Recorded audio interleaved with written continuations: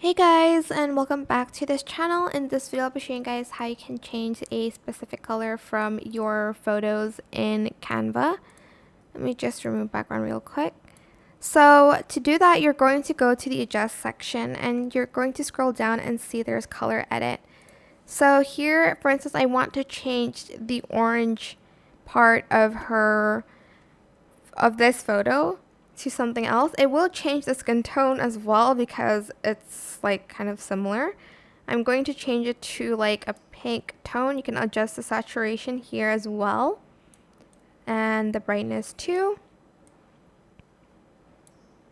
And then I'm going to change the brown to like a, oh, that just changed the same thing, I guess. Let me just do 0. And I'll just go to the blue and change it to pink as well because I want all the tones to be pink. And that's it. You can also like change it in like shapes and stuff like that.